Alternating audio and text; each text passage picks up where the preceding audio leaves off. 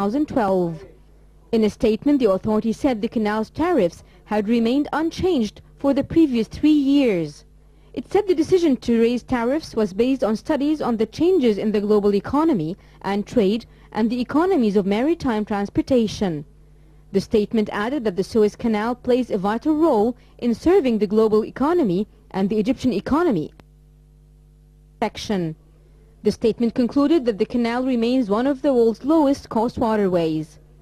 The Suez Canal is as important to Egypt as to the whole world economy. It is one of the most important sources of income to Egypt. Lately, there have been calls to fund projects to develop this important waterway, including high-level maintenance, technological services and others. Experts say that if such integrated projects were to be implemented with such high potential, the area promises to be one of the world's most developed that would force Egypt to import labor rather than stay a labor exporter.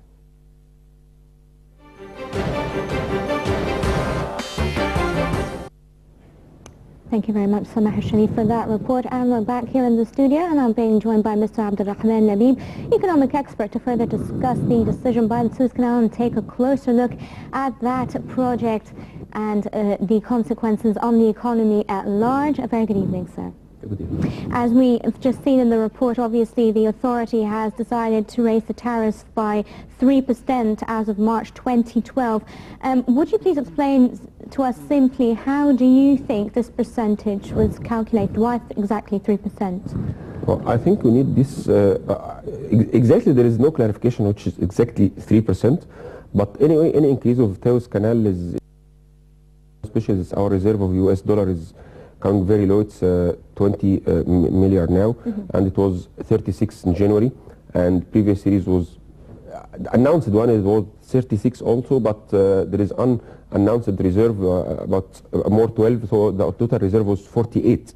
So now we less than 50% of our US dollar reserve.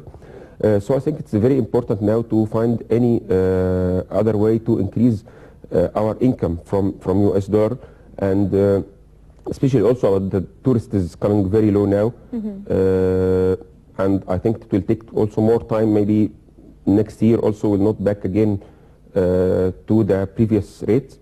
So I think it's very important to find something to bring some US dollar to our reserve. Do we know exactly why it starts from March? I mean, usually these decisions start at the end of the year. Is there a particular reason? The problem when they announced about that, there is no clarification about a lot of reasons, and the transparency still is not enough in Egypt, but maybe from my opinion, it's a notice for the worldwide. There is a 3 months notice or something like that. Yeah. Right. How would this increase affect the economy at large? It will be positive, but it will not make the economy as we expect, because that's U.S. Suez Canal is a very important part in the Egypt income, but it's not the only part. But at least we can try to we try to cover a part of the losses we have for 2011. But the problem coming from other way, because I expect that the debt problem in Europe and US will affect the the global trade. So I think that's maybe 3% will not increase our income from Suez Canal, but at least will recover the loss we expect from the global trade in next year. Right. Has the revolution actually had an impact on the flow of trade ships through the canal? Not at all. I don't see the revolution will affect Suez Canal at all as a vessel passing, but the effect will come from the crisis in Europe and US because of the debt. Right. Well, the authority has said that the canal remains one of the world's lowest cost waterways. Why are we still holding on to that? Why is it still so low, and why was it to start with that low, and why is it continuing to be again one of the lowest? Suez Canal, I think it's the only way or the only choice for all trading coming from east to west. Right. So they don't have other choice, because if they turn around Africa, it's very costly for fuel, time consuming, insurance, everything is coming very high. So all trades will pass in Suez Canal, even if we increase the rate more than that. But the problem that the trading is not that. up to, if we compare to 2008 and previous years, I think that the trade average is less. If we see the Baltic index, which is an index for the vessel movement, it's now about 50% from the its highest high, which reached in early 2008. We collect the fees, as I understand, in foreign currency, but there have been calls for it to be collected in Egyptian pounds. What difference would that make? If you collect the fees in Egyptian pound, it will be a hassle for Egypt. Some people say that we need to make it in Egyptian pound to make a demand on the Egyptian pound and will increase the rate for the currency, but it's not true, because already we are an import company. We need a lot of US dollar to import a lot of things, and also if we collect the fees in Egyptian pound, so we'll use this Egyptian pound to transfer it to change it to US dollar and use it to import our goods. So it's better to collect it in US dollar at first, especially that we need already some from our income in Egyptian pound to change it to US dollar, because we have a deficit in the US dollar, the needs of US dollar. So it's very important to find a lot of income in US dollar as it is. Right. Well, press reports say that the canal has gained £108 million in revenue on Saturday, the highest day actually in 2011. To what do you attribute that gain? It's normal to find few days like that in the year, based on maybe in some big oil tanks past the Suez Canal or something like that. So it's not it's not surprise to find something, and it's happened normally, and there is no comment special about this issue. Right. Normally. Okay, the government of outgoing Prime Minister Hassan Sharaf has announced that it would working on funding some, or actually creating some ambitious projects on the canal, to which a third of the world's trade actually passes. How are we proceeding on that front, and how important is it that we do have a number of projects on the canal? This happens over the previous years. Always we increase the canal capacity to can accommodate the bigger vessels to bring more income. So we need to invest more in Suez. Years and years that the vessels coming bigger, especially the oil tanks coming bigger, to reduce the cost for the producer. So I think if we increase the canal depths or widths, it's increased to pass these vessels through Suez Canal, and it's very important to Egypt because it collects money. So invest in Suez Canal. It's very important for us. Okay, Mr. AbdelRahman Labib, if you'll allow me, I'll just take this phone call. We have the honor of being joined over the phone by Dr. Mustafa Saeed, former Egyptian Minister of Economy. A very good evening. Good evening. And let me start, sir, by asking you, obviously the 3% increase in the price of tariffs, how do you read that? Well, I read it in the normal way, because there is always an increase in the cost of the services provided by the Suez Canal to its customers. And if we look at the rate of increase, which is 3%, and we compare it with the level of inflation all around the world, we can see that this is enough, not an exaggeration of what should be paid for such a service. In the meantime, of course, if the cost is increasing and the rate of inflation all over the world is increasing, and if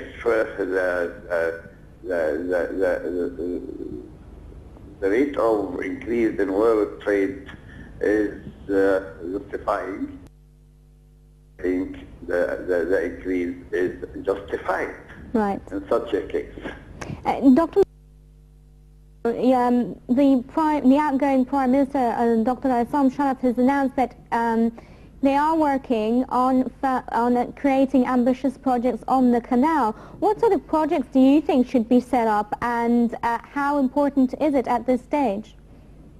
Well, if you look at the timing, this is what you are interested to ask about? I beg your pardon? Are you asking about whether the timing of the increase is... Obviously, I'm asking about what projects do you think should be created on the canal, and if the timing is right, do we need that kind of investment, or are there other areas that we should be concentrating on? You see, I think you may agree with me that the position of the Suez Canal and the potentialities of being a free trade zone of concentrating so many projects which would help and assist the world trade in general. I think you may agree with me that there is a need for developing the area and to get out of its position a lot of projects and lot of profit as well in the meantime. Right. So the Suez Canal area is not yet fully exploited in order to take and play its role in enhancing the development of Egypt. And the timing is justified as well because, you know, what was the latest increase in the Suez Canal? The latest increase was 2-3 years ago. So if we look at this increase at this rate, which is small, 3%, so I think the timing is okay. Dr. Mustafa, I'd like to ask you before you hang up with us, what do you think of the upcoming elections? Now, I was asking our previous guest the importance of knowing whoever leads the next parliament, do you think that's going to have an impact on investment? Well, this is a very important question. If you look at investment, I think you may agree with me that investment would like to have Egypt a stabilized country, and of course stabilization is always the result of applied democracy. So whatever who is in the government, or whatever who is in power, so long as he is keen to keep democracy alive, and if he obeys the rules and the requirements of democracy, so in such a case, as in the case of Turkey, for example, right, this will not hinder or create obstacles in the road for more investment. And Dr. Mustafa, What you need is democracy. You have to stick to the rules of democracy. right, Then stability will prevail, and of course, in such a case, there is no reason for investment to be a threat. Dr. Mustafa Said, former Egyptian Minister of Economy, always a pleasure having you with us. Thank you. Let's go back. Mr. AbdelRahman Labib, let me ask you, let's start off where we ended with Dr. Mustafa. How important is it that whoever takes control of Parliament, how will he affect, if at all, investment, or should we just respect the choice of the people, if you will, when it comes to Egyptian and foreign investment in the country? Well, the question is not who, but what he will do. What's his plan? Right. What's his road plan for the next 5 years? Because the Parliament, as the current temporary constitution, is 5 years. So what is planned for 5 years? Still, I think it's also not clear, because there is a lot of debates about the rights they have in the Parliament. So I think that the picture should be clearer about the rights they have, if they will continue for 5 years, or there is another elections after the new constitutions. I think all the investors, especially foreign investors, need an answer for these questions, because if we see as a stock market as an example for the foreign investors, we see the foreign investors in the stock market, they are selling starting from the 2nd day of November. So more than 1 month now, there is no one day they need buyers. So there is a sign, there is a lot of foreign investors coming out of the country. And I think they will not be back until we have a clear plan for the next few years. There was a jump, though, at the first segment of the program when we were talking about the jump of £20.5 billion in the stock market, due obviously to the electoral process in the first phase of the parliamentary elections. Do you expect that trend to continue? Because there was a slight retreat today. I agree with the market indexes jump about 15% or 17% about that. But I think this is just a reaction for that the parliament election for the phase 1 running without any problems, safe action, emotion reactions is not based on any economic reasons. So we can't build on that is and hope there is everything is coming okay now, because we don't need fundamental reasons until now. Until I think that we have political situations, clear political situations, which we can build an economy on based on that. Right. Do you think, though, when it comes to the parties leading the way in the parliamentary elections, that voters are necessarily looking at how they're going to be handling the economy and what their plans are for the investment in Egypt? It is very important to have the economic plan. But the problem, most of vision now is only looking for the political side. And I think that the economic side is still ignored in many parties, and think they need to think about it. They need more, I not see it's all parties, but most of them. They need to have clear pictures, especially there is, from the first phase, it's if we say it's an indication for the second 2 phases, we see there is no one will have the majority. So I think even we need to know what's their plan. They have some deals to have a majority to start to issue laws, put the plan for the next 5 years. I think all this should be cleared, and especially if we're talking about phase 2, I think that their phase 2 announcement, I think they should have part of the economic in their program, in their announcement, in the media, to start about the Kingdom 6, still ignored, and every people now talking about only the political side.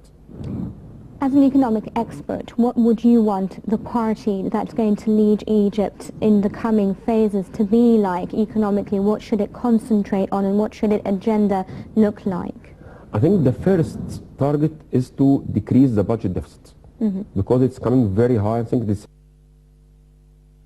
and it's very dangerous, especially also that the US dollar reserve is coming very low. So I think it's in trouble and very bad situations, and I think this is very important. I think Mr. Kamal Ganzouri start to talk about the budget deficit, and it's very important thing, at least not before the parliament. I think we can start to work on it from day one, and I think this is the key now. Tourism was hardly hit, obviously, by the revolution, and it continues to be affected, obviously, by the security situation and, again, the political instability, if you will. How long will it take for that sector of the economy, because it is such a large sector of the economy and such a large sector of income, to revive itself? And if it's going to take time, what other areas should we concentrate on until that picks up? I think the security is very important, because if we don't feel secure, you will not invest in this country, even you will not live in this country. And I think the security is very important, and I think it's easy to control if we want, especially if we see the first 2 days for the 2 days for the first phase of the elections. There is no problems at all, not even in the elections, but even in the streets. It was the most 2 safe days from February. Right. So I think it's easy to control the security, and if it's controlled, I think this is very important to convince the foreigners that the country is moving on the right track. Right, but do you think they will be coming back to Egypt? Will we see that sort of, how long will it take for that to recover? I don't want to be optimistic more than expecting, but I can say that they can back easily after we finish the elections and the constitutions. But if they feel the country is secure now, they can come back just after the elections, the constitutions. But if they don't feel this are secure, it will take time and time to convince them, even after we have a complete political regime. Well, some people are worried because some Islamist parties have said that they do not advocate tourism, especially on the coastal areas of Egypt, which is such a high revenue for the country. What do you say to that? I mean, how dangerous and how volatile does that make the whole segment? The problem, even if we need to go to the Islamic instructions, but we can say that with a soft way, we can in the right way, and we can convince even the tourists that we are in an Islamic country, we don't need an alcoholic drink, something like that. But the problem, they announced it aggressive, very aggressive. They said that is, we will stop tourists without clear clarifications. And this is the problem. I think that's the problem, how they are talking, even if we need to go to the same targets, but the way is totally different, and you can go to reach our target with a softer way, and we will convince everyone without any hassle to the country. But the problem now, they took a very aggressive way. Right, so the aggressive rhetoric. But how do you expect the Egyptian economy to respond to political events in the coming 6-month period? I need to make the period we are talking about longer, to extend it, yeah. If we're talking about next year, I don't think this will be easy. Maybe as similar to this year, it will be very hard, or at least hard year. But I expect from starting 2013, I think we'll start to grow our economy back. And I think maybe when we reach 12, I think this will be a very stable country. Starting from these 2 years, from 2013 to 2015, to build the country. And I think in this area we are very stable and back to the economy better than before. But the problem too, I think this next year will be the bottleneck. Is it because of the ongoings within the country? Do you think we're also going to be affected by the turbulence in the global economy? The global economy is a part, and I think this will be also a hard year in Europe and US, which affect the trade or the global trade. Also, that's our situations in the political situations, elections, the constitutions, the new parliament, and all peoples, because the regime is, I hope, it will be totally changed. So I think also all the foreign investors need to see a clear picture about the new regime. So I think this year it will be a bottleneck for us, and I can have a lot of optimistic to pass this neck and go outside it and have good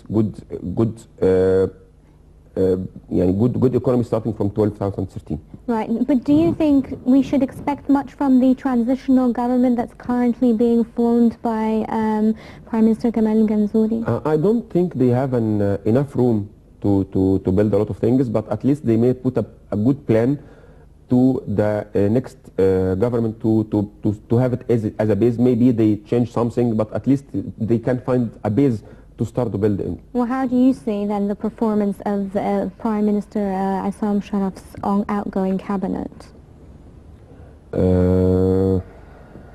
I don't see performance to evaluate. Right. Especially on the economy side. Right. If we go back to the topic that we started off with, the Suez Canal, I'd like to ask you, what kind of projects do you think Egypt can develop on the canal on the short term?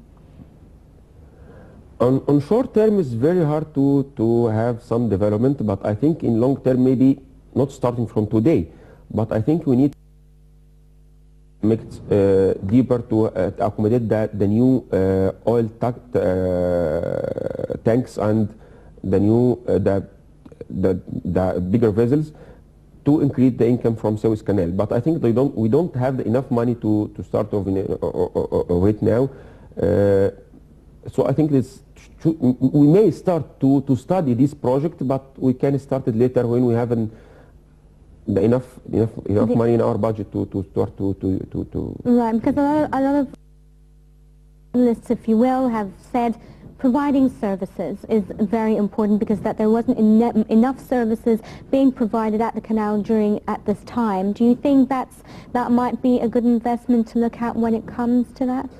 It is a good investment, but I I see it will not have a big income from the service, the big income from Suez Canal itself.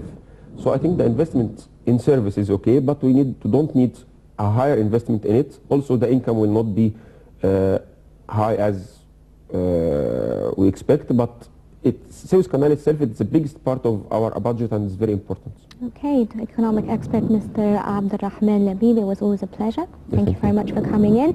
Ladies and gentlemen, unfortunately that's a wrap and that's all we have time for on tonight's edition of the Daily Debate. You can find us on Facebook and on YouTube, and don't forget to log on to www.nileinternational.net for the latest on Egypt and the world. I'm Nancy Sarah Barakat, wishing you all a very good evening. Thank you very much, sir. It was a pleasure. We'll see you.